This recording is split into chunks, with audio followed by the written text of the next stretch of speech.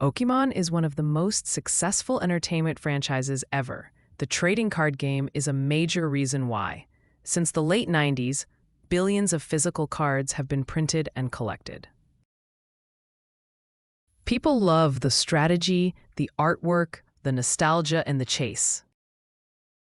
The TCG also powers tournaments, card shops, and huge collector culture.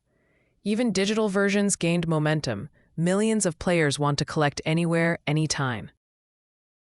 But the physical system has three major limitations.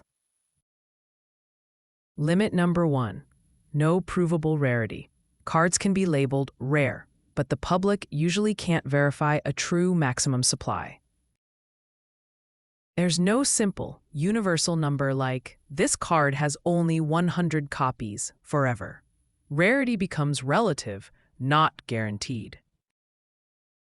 And reprints or new variants can happen over time. That can create hype, but it also means scarcity isn't locked by design.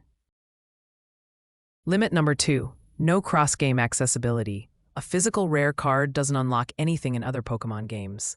Even digital collections are often locked inside one platform. You can't carry your card ownership across a full ecosystem. Limit number 3. No revenue from the secondary market. Collectors trade and sell cards constantly. Shops, auctions, peer-to-peer. But the original publisher earns basically nothing from those resales. So here's the big question. What if a TCG had provable rarity, true digital ownership, cross-game utility, and a built-in marketplace? In Part 2, we introduce a new monster card brand designed for that future. Imagine a brand new monster universe. Original creatures, original lore, but familiar card game mechanics. Monsters, trainers, and energy. Let's call it Mythic Monsters. This is a digital-first trading card game where every card is an NFT. That means ownership is verifiable, tradable, and trackable. But the real breakthrough is quantified rarity.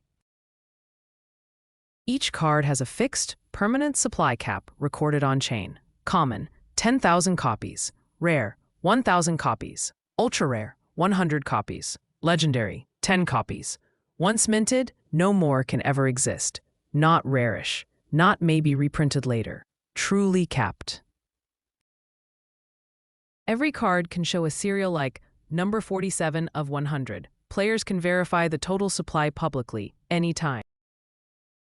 And instead of unlimited variants, Mythic Monsters can control dilution, limited artwork versions, planned releases, and capped sets, so collectors trust the scarcity.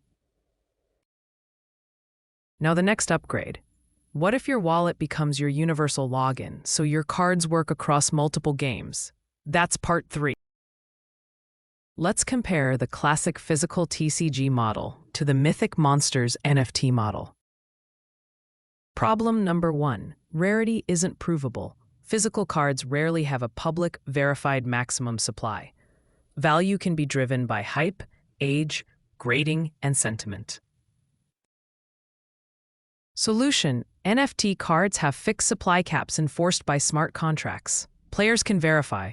Only 100 exist. Scarcity becomes a fact, not a rumor.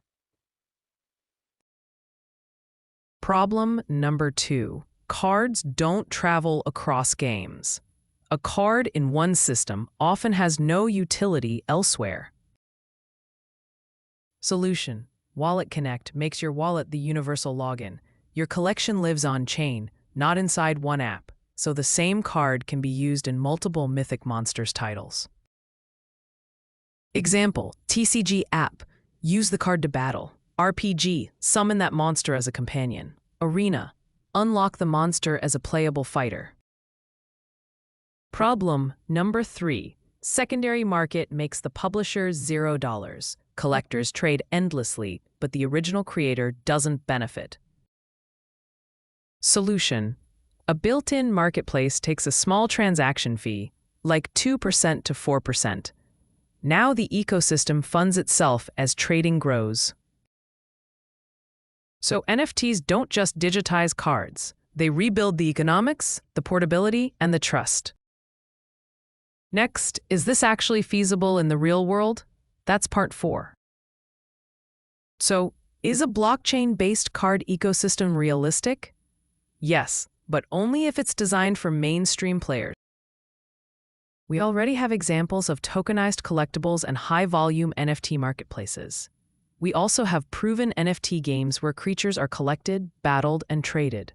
So the building blocks exist: low-fee blockchains, stablecoins, wallet login tools, NFT marketplaces, live service game design. Using stablecoins, like a digital dollar, reduces price chaos. Players can buy, sell, and trade without constant volatility.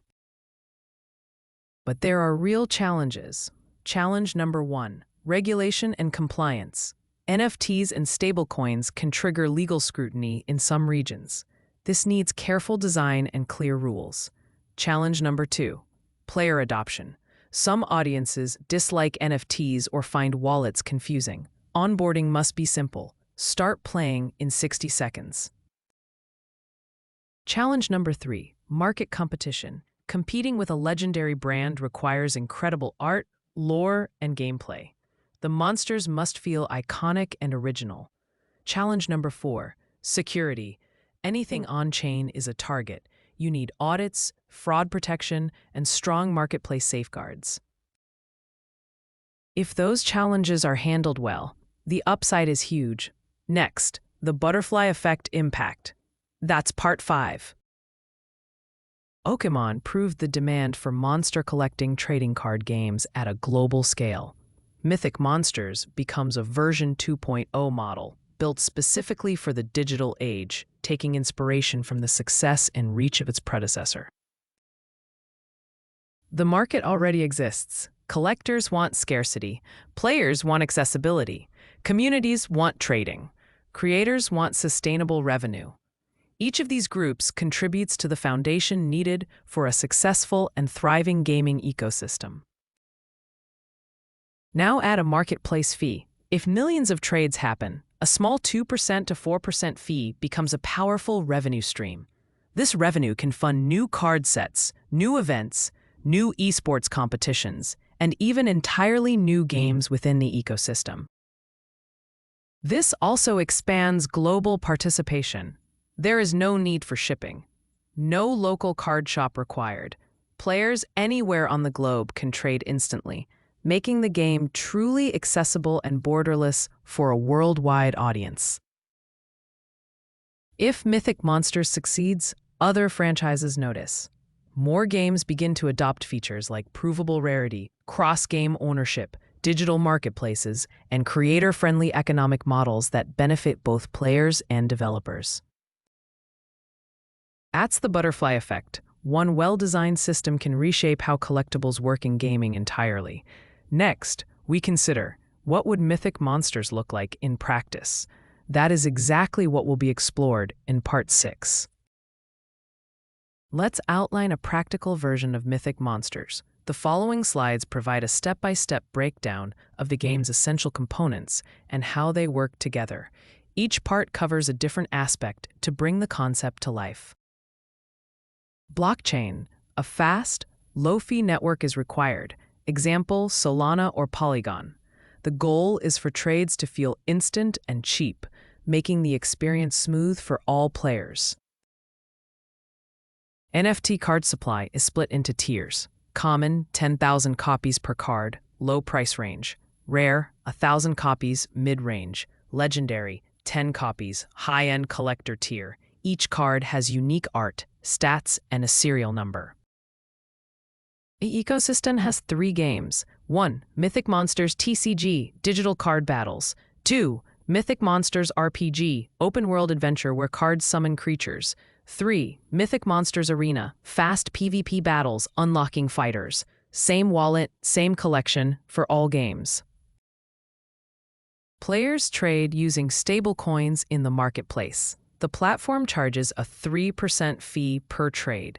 Features include buy now, auctions, pack openings, and an optional instant buyback for liquidity. Revenue streams are diversified. Primary sales, card packs and expansions. Secondary fees, marketplace transactions. Events, tournaments, seasonal drops, limited sets. This keeps the ecosystem collectible, playable, and economically sustainable. Now, what's the final takeaway from everything we've covered? That's coming up in Part 7, Conclusion. Pokemon's card game model is legendary, but it has 3 structural limits.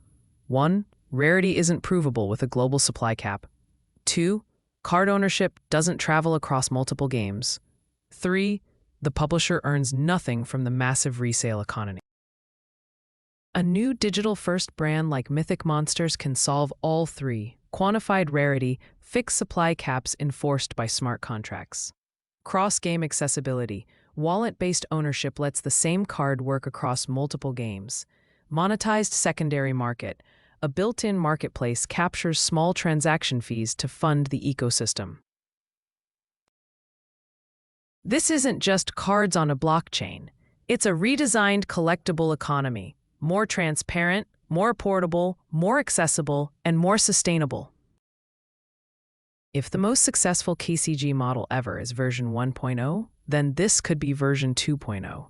And the question becomes, what new monsters will define the next era of collecting? End.